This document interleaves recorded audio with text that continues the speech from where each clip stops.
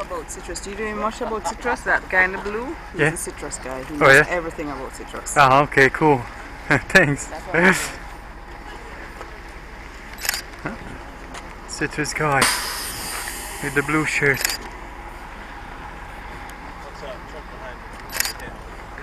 Oops.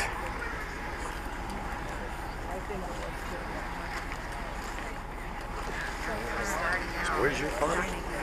On Sanctuary Road, right where the corkscrew swamp sanctuary is. Yeah. Nice area. Yeah, it is. Yeah, I got 5 acres, just starting out, but there's gonna be an organic polyculture farm, growing mostly tropical fruit, bananas and stuff.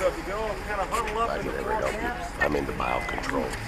Fungi and bacteria that eat insects and pathogens, so you don't need chemicals. Oh, interesting. I was a scientist at Cornell in the 80s and 90s, and now I'm a businessman. Oh, trying to do it. Thank you, Chris. Yeah. Robert. I don't think it'll work with nice to meet you. He was talking about beneficials, and they're important, but he doesn't mention entomophagus fungi. Fungi, yeah, mycorrhizae. Well, mycorrhizae, your bavarias, your metarhiziums, your bacillomyces, they eat insects, they eat nematodes. Yeah. They eat a lot of things. You gotta keep them like you said, the fewer chemicals you use, the more biologicals. Exactly. The less you have to manage the whole system. But these guys have a program, and they gotta come out and hit it with that damn chemical, because it says it on the scans. Why? I ask these guys, why? And their expense is going up and up. You gotta manage more, spend more on insecticides, fungicides, pesticides. And they're killing all the good ones. Yeah. So it's a never-ending cycle. And these guys donated some tomato seeds. So we'll see their whole process, but you'll also get a pack of those when you get your bag going out. You see the good guys hiding in the crowd?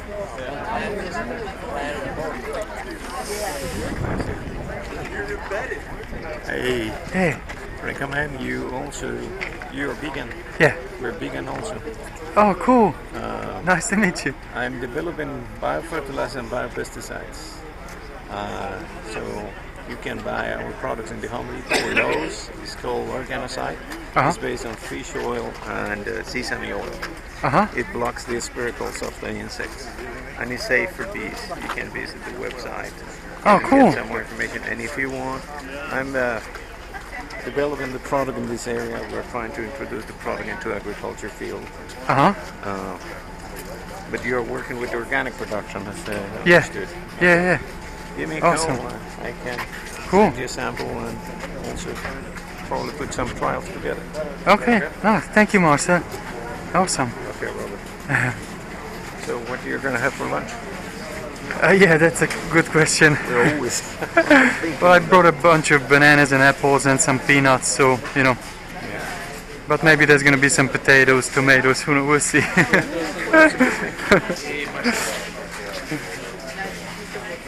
You see? That's why you gotta be loud all the time. Let's move up. Everybody move up a little bit, please. Move up, move up, move up. That's it, Mike.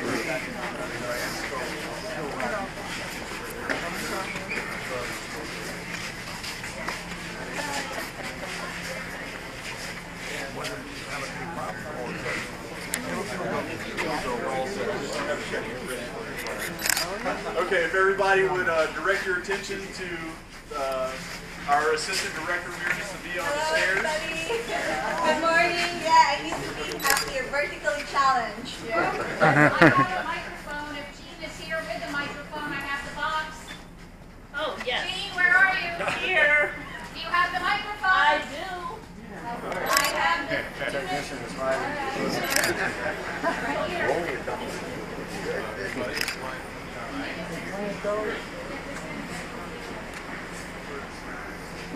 Do I need it or? Yes. You have no choice.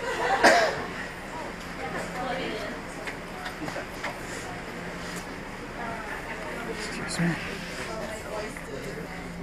Doesn't care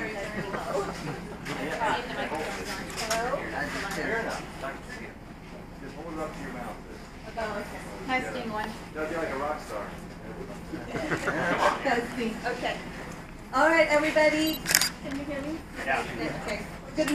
Good morning, everybody. My name is Mirna Sevilla. I am the Assistant Director here at VHN. So on behalf of our Director, Dr. Jim Augustine, and all of us here at VHN, I would like to welcome you to our facility. Just to give you a brief history of VHN, we were established in 1980 as a research arm of our parent company, Gargiulo. Gargiulo is one of the biggest tomato fruit shippers in the United States. Our primary goal at that time, and still is now, is to develop tomato hybrids for the fresh market for Gargiulo. This tomato hybrid should have improved quality, improved yield, and better disease resistance. In the late 1980s, we actually ventured into seed sales internationally. And then in 1998, we also started selling seeds domestically. More recently, we expanded our breeding program to include breeding for tomato hybrids for the processing industry. So what's the difference? Fresh market tomatoes are the tomatoes that you buy from Publix or Walmart that you eat with your burgers, with your sandwiches, your subs, while processing tomatoes are the tomatoes that are used for making ketchup, tomato paste, tomato sauce, and any canned products or processed products. So BHN now has both breeding programs for fresh market and processing tomatoes. In addition to our facility here in Florida, we also have research stations in California, Mexico, Brazil, and Chile. Yes. So what we thought we'll do today is to give you a flavor of the different or some of the different steps that we do for tomato breeding. So how do we develop tomato hybrids? So we ask that you be divided in 4 groups because we prepared 4 different stations, and each station will be discussing a different subject matter of our research operations. So you all will have a chance to go through the station. You will have about 10 minutes per station, or 9 to 10 minutes per station. We are going to use our paging system to let you know that the time is up and that you need to move to the next station. We will also have escorts or guides to help you move to the next station so you don't get lost. And who will tell you about how we process the seeds, how we prepare and clean the seeds for packaging and eventual sale. We also have our greenhouse manager, Matt Smith, over there. And he has a setup over in our greenhouses there. He will tell you about our greenhouse operations, how we pollinate, emasculate. You'll probably learn about the intricacies of a tomato flower.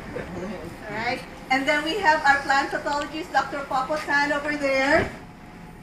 And she will show you how we proceed with our disease screening for our tomatoes. So remember earlier I told you that we are big on our program for disease resistance.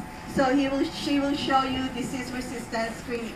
And I will have another group with me in our molecular marker lab because I'm responsible for that. And I will try to explain to you how DNA technology is helping us expedite our breeding efforts. Okay?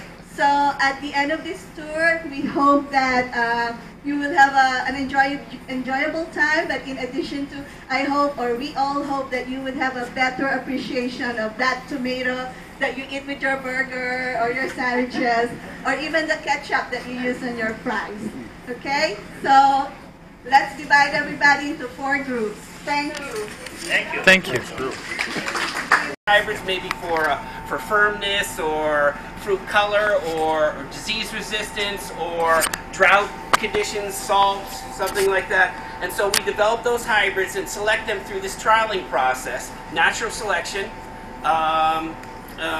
We receive information back to produce seed. We send our parent seed off to our producers. We have producers in India, Thailand, China, and our own operation in Chile. We get this seed back, we do our genetic testing, we do germ testing on it, we do a disinfectant treatment on that seed that we receive here to help singulate the seed. If you have a chance, you can see this raw seed. There's clumps of seed in it. We're not selling seed by weight, although we pay for it by weight. We sell seed because of the cost of the seed production and all the genetics and research effort into it. We singulate the seed, so we sell seed by 1,000 seed count. So we have machines that will mill the seed. We do this acid treatment process first, where we use these dryers down the way that'll tumble dry the seed. They're in a mesh bag with a Ziploc. There's a tag in there to track what the hybrid is, so that we're not contaminating that seed or that seed's not commingulating. We have milling machines that have screens with small holes in it, orifices, different sizes, and then gravity will separate that seed. There's the last chamber is an air chamber, where it actually will the lighter seed will float to the top, the heavier seed will come down, and that's usually the seed that is the better germinating seed, and that's what we're trying to sell. Again, the most uniform seed and the most vigorous seed that we have. This seed then, the milled seed on the machines can go to our greenhouses directly for sowing. They prefer, though, to have the seed have a film coat on it. It's much easier in the soil medium that they're using to see a red seed versus a brown seed. They use blue, green, different colors. They'll also put seed treatments on the seed for this film-coated seed to help with disease resistance or nutrient package or something like that. And then also we have our pelleted seed. And the pelleted seed usually is, again, at the greenhouses, they have a vacuum sower, seed sowing machine. The pellet gives it more of a surface area, a more uniform surface area to adhere to this wheel that has a line of holes. The vacuum sucks the seed up to the hole, and then as it turns, it drops the seed into a transplant tray, and then those transplant trays go out to go to the greenhouses for them to grow the transplants. Those trays then get transported to the fields. The farmers will plant those plants into the fields, and then because of the process of us doing all of our genetic testing, our germ testing, the milling of the seed to get to the uniform seed, so that we're getting uniform seed transplant, either with good sowing from film-coated seed, milled seed, film-coated seed, or pelleted seed. Then those farmers will be able to harvest a uniform plant growing under the uniform environmental conditions, so that they can harvest it at set intervals, so that they can pack and ship that fruit all over the United States. We also have for Gargiulo and for our domestic seed sales that we do here for some of our competitors as well. How many of you watch TV shows like NCIS, Forensic Files? So you heard about DNA. You heard about how they use this technology to identify the killer or the criminal, right? So you can say that what we're doing here is akin to a forensic science. But instead of looking for the criminal or the killer, we're looking for the tomato killer. The killer tomato. No, that's a joke. We're actually looking for the tomato that has the quality or the trait of interest that we would like to have. Because we're a breeding facility, so we actually make process of different tomatoes. So basically, you will go to the greenhouse and he will also explain to you. So you have one tomato, let's say you want a tomato that is red, but you also want it to be resistant, and you also want it to maybe have big fruits. So you cross one tomato plant that has red big fruits but has no resistance with a smaller tomato plant with resistance but it doesn't have big red fruits. And then you cross it and you come up with a pink fruit to begin with, but it also has resistance. So through back crossing, and back crossing, you will come up finally with your desired tomato. But it takes years. Actually, it takes about 5 years if you're lucky to come up with a variety that have your desired quality. So what we do in this lab is to expedite that. Because as you can see, all These tomatoes are different. So each one of them will actually have a different set of DNA. Just like humans, we all have different set of DNA. We all have different set of genes that make us unique. We have DNA for black eyes, black hair, blue eyes, and so on and so forth. So definitely fingerprinting these tomatoes. So these tomatoes here, you cannot really tell them apart, okay? But I can tell you that if we do our DNA testing, I can tell you, for example, that this plant may have the resistance gene, may be able to survive if it's attacked by a pathogen, whereas the next plant to it will not survive. Okay? So instead of planting all these plants out in the field, waiting for them, waiting for what will die, which will survive, we can already tell our breeders, like we can eliminate about 50% of these plants that are not going to have the disease resistance gene, because they're not going to survive because they don't have the genes. The ones that have the genes, we still test them out in the field just to see whether the genes really work. Okay? So that's what we expedite our marker breeding efforts here. So that's why we call this a marker-assisted breeding. So what are markers? Markers can be likened to like a road signs or landmarks. You know, so if you are unfamiliar with a place, it's the first time you go there, they tell you, you ask for directions, you say, okay, if you see the 7-Eleven in the corner, you're about 4th mile down the road or something like that. Markers are the same way. So once you see these markers, you know you are in the gene or close to the gene or sometimes in the gene. So it just depends. So these markers really help us to guide us in our breeding efforts. Okay? So all of us have DNA, all living cells have DNA, except mature red blood cells. But what we usually do is we collect samples from these plants. See, we put them in these tubes, and we put some beads, and we burst the cell walls open because the DNA is inside the nucleus, and then we let out the DNA, and that DNA is the one that we use for processing and using for all these other technologies that we have here. And we'll demonstrate that to you because I think it's pretty cool. Yeah, so what are those for again? These are stainless steel balls. Oh. It's just, you know, putting them in here, and this one will probably like a paint mixer, just bangs to each other and bangs to the cell wall and just disrupt the cell. And we have the DNA out, release it outside. Okay? So at the end of that run, you will actually have something like this. Okay? You have the leaves already homogenized, and that liquid is where we get the DNA that we use for testing. Okay? So one of the tests that we started with isocyme analysis is our proteins, okay?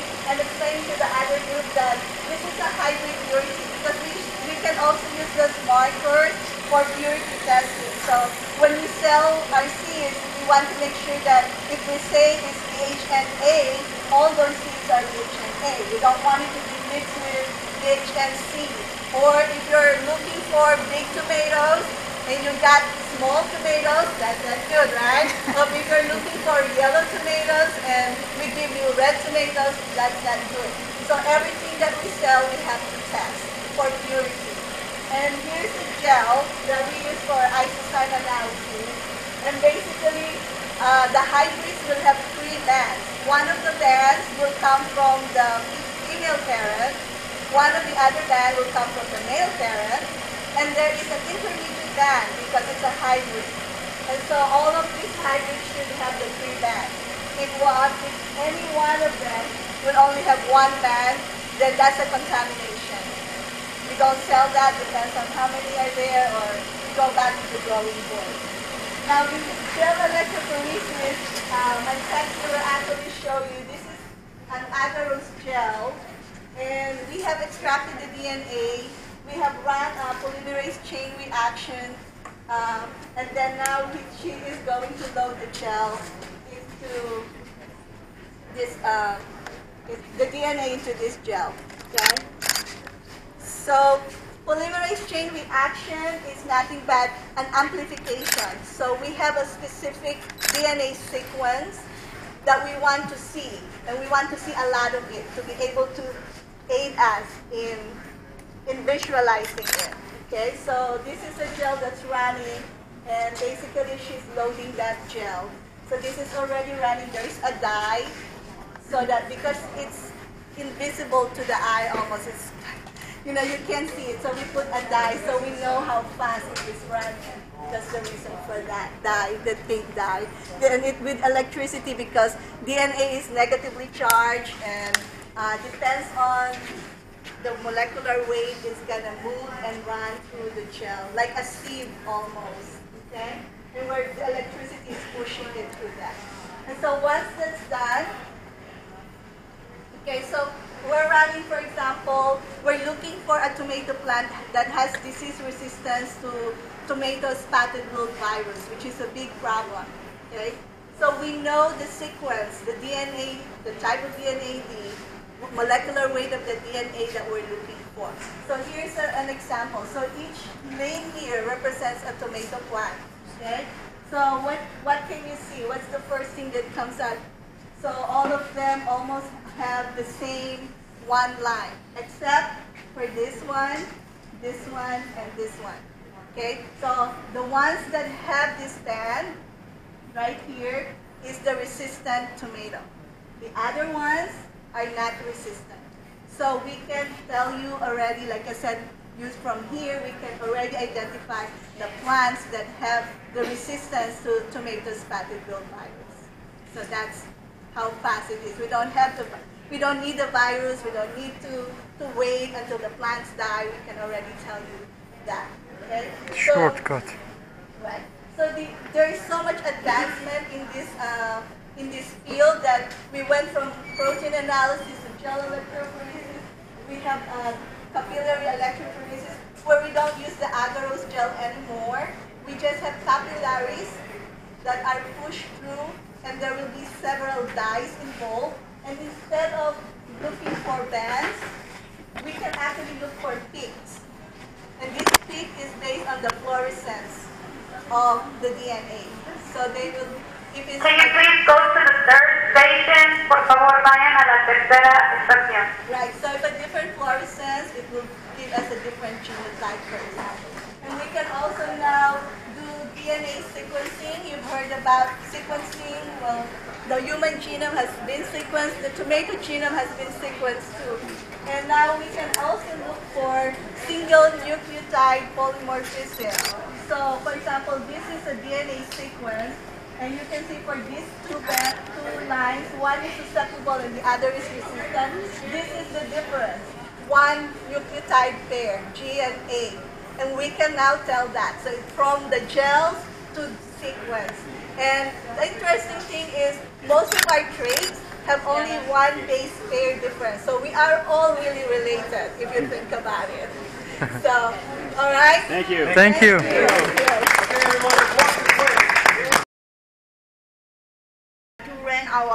Our program. Wow. And we take care of the in vivo screening. As like I said, we have the plant breeder and molecular biologists. So the microphone's not on. Yeah.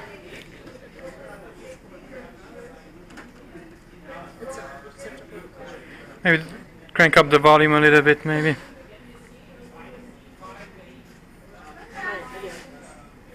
I'm already nervous. Go ahead.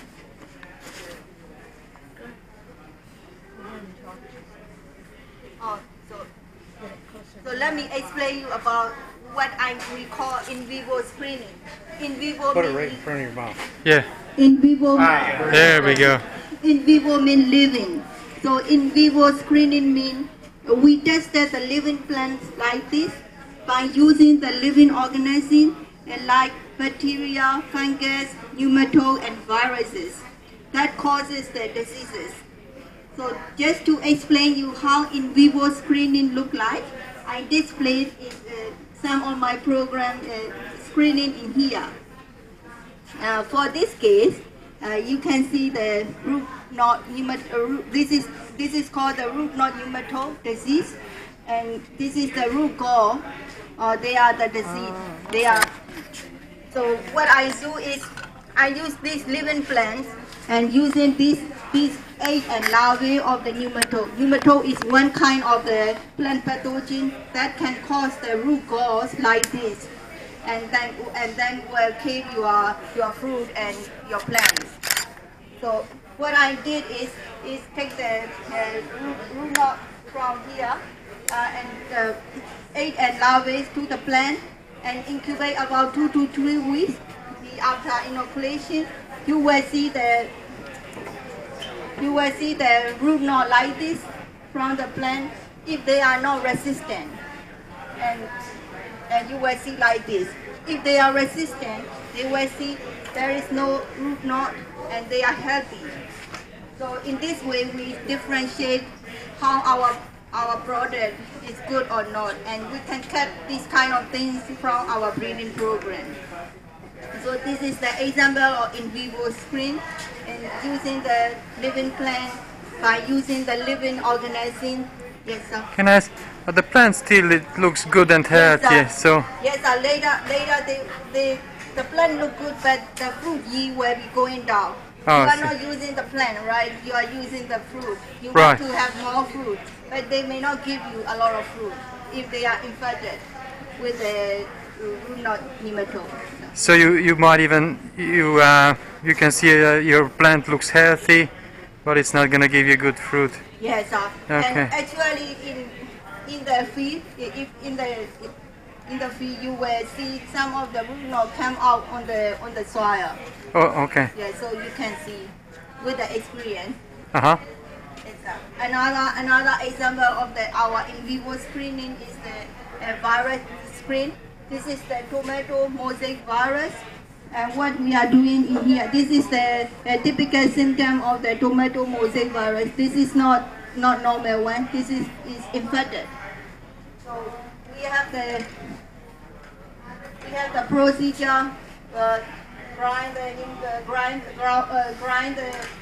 infected plant with the buffer and process like that, and we do inoculation on the leaf, on the plant, and then incubated about 2 or 3 weeks in the greenhouses over there, and we will see the differentiation between the resistant and susceptible. By this means we can do the in vivo screen, helping the breeder, so they can cut off the susceptible plants. They will take the resistant for breeding program. You tell it by the leaves? How do you tell the? But this is, every diseases have the different pathogen and different symptoms. So this is you can see this plant and this plant. They have the different. This is called tomato mosaic virus. Yeah. They have the something like mosaic on the leaf. And this, when they grow also, they may not give you any fruit. They will have very low fruit, so that you will have economically, you will be affected. I see. Okay. How is the virus transmitted? This is mechanically transmitted. So if it's next to another plant in the field, it's going to spread. They will be spread. Yes, ma'am. Mechanically spread. They are very dangerous virus. Even you touch with your hand, and then you touch another plant, they will be infected. And this is a fungus, a plant, Phytophthora rural disease, and this is the late blight. I think most of you know late blight disease, potato, tomato, late blight. So I use this fungus, the spore in here.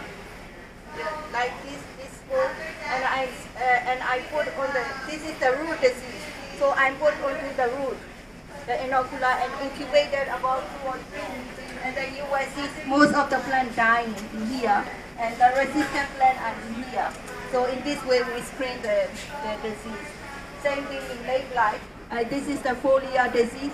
So I have the culture in here. They have the spore, so living organism, living fungus, and then I spray in here and here, and but they have the different reaction And this is the susceptible, so they have a lot of the spore on the leaf. They are almost dying, and they are very good. So this is some of the example what we are doing in here, and we are doing several different kind of diseases. Depend on diseases and depend on the nature of the plant pathogen organism. And we have the we do in the greenhouses and grow chamber, depend on their favorable environmental conditions. Some of the diseases like this one, they don't like the very cold weather.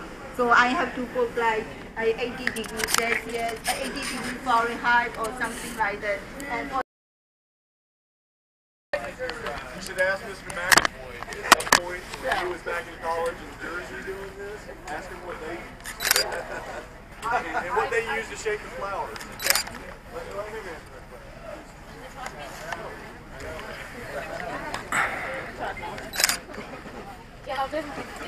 That's what they're doing.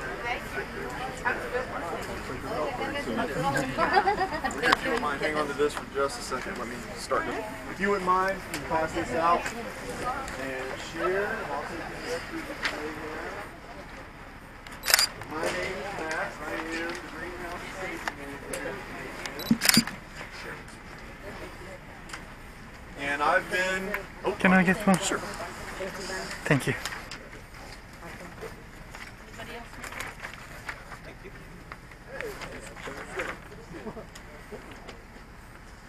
Welcome. My name's Ben. I'm the greenhouse safety manager. It's not on. It's not on. Hold it close to your mouth. Okay. There you go. There we go.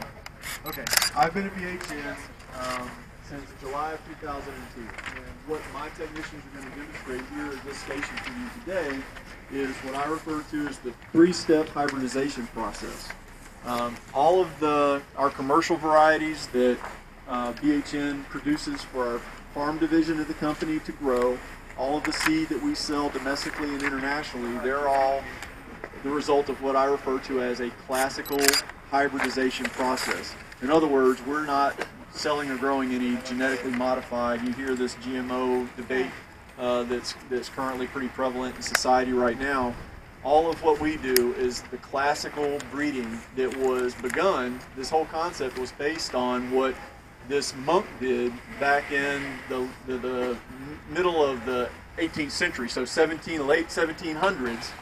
Gregor Mendel, he's the one that figured out that there were such things as dominant and recessive traits. And back in science class or biology class, you may remember that thing that looked like a little tic-tac-toe grid. We might have called it like a pound sign. Kids call it a hashtag today, right? It started out being a pound sign. Well, you can remember there was capital B on the top, and little b, lowercase b down the side.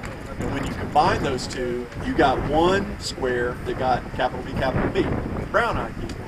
Then you got capital B, little b, in two squares. Those are also brown-eyed people, but they could have a child that has blue eyes. And in my case, that happened to me. And I was kind of checking out the delivery drivers when they were going by through my neighborhood because I was kind of unsure how that all worked out. But, you know, I can't deny my son, but he does have blue eyes. And my wife and I had both had brown eyes. So, and then you have the little b. Those are the blue-eyed folks, the 25% of us that have the blue eyes.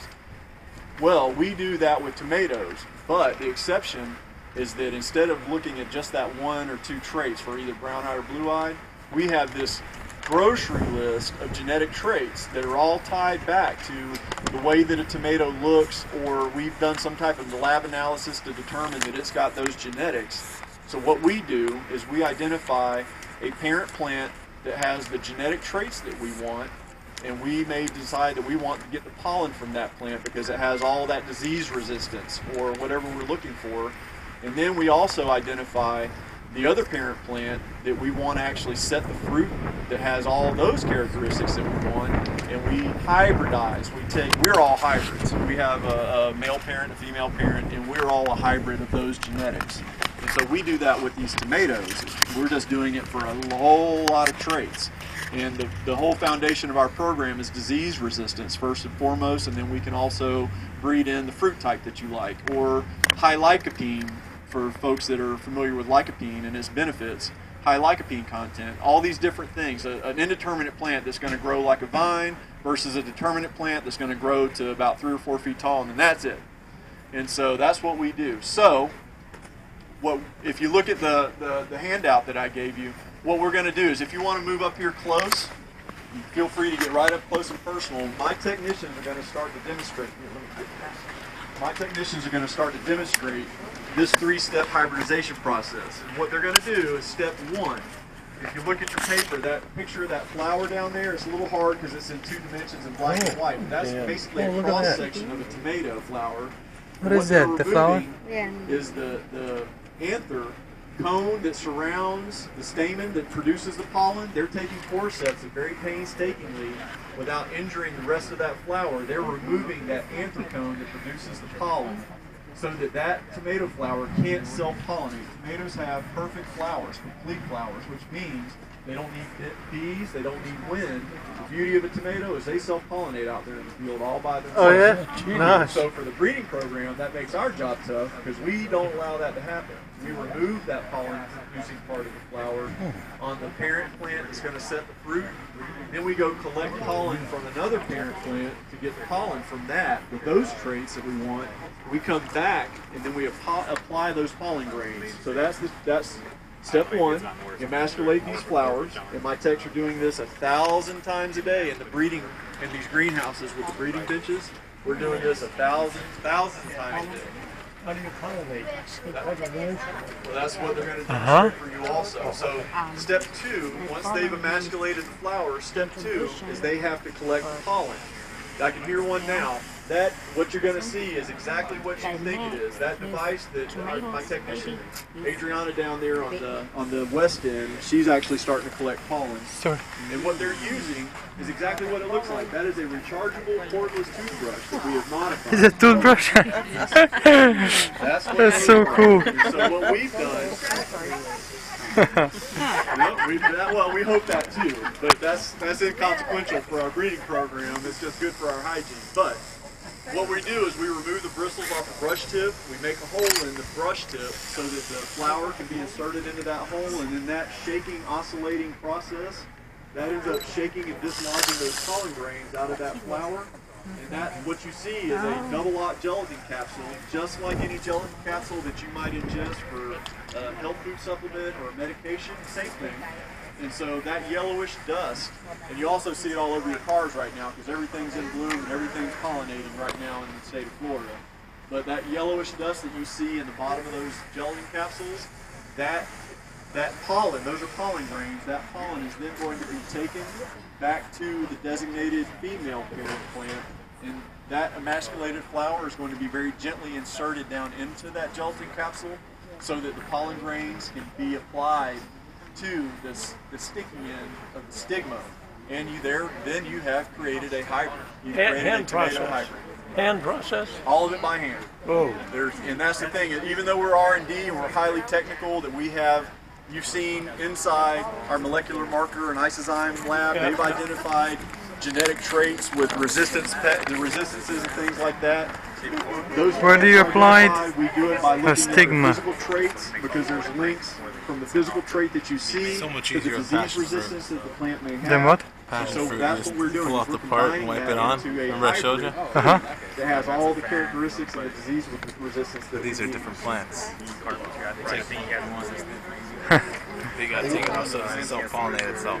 Yeah. Basically, that's one of the skills that my technicians develop over time. Is they have to be able to identify when those flowers are ready to be emasculated. And so as the plant matures, they continue to do this over the whole life cycle of that tomato plant. They have to do this every day. How long until you see the tomato? They get Sunday off, and every other day. Oh no, go ahead, answer that first. How soon will there'll be a little tomato on there? The other 6 days of the week. 1 week. So where do you apply it? Like when you collect the pollen, where's that stigma? Can you show me? Where do you put it? you've got roses. Where do you put it? Like, where's this stigma? When you collect the pollen, where do you put it? Oh, so that's where you put the pollen. Okay. That's it? Ah, okay. Cool, thank you.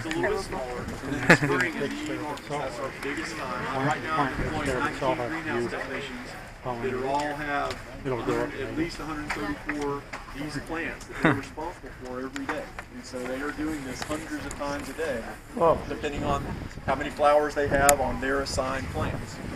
And how does this transplant This what the breeders are going to do is they're going to develop these hybrid lines.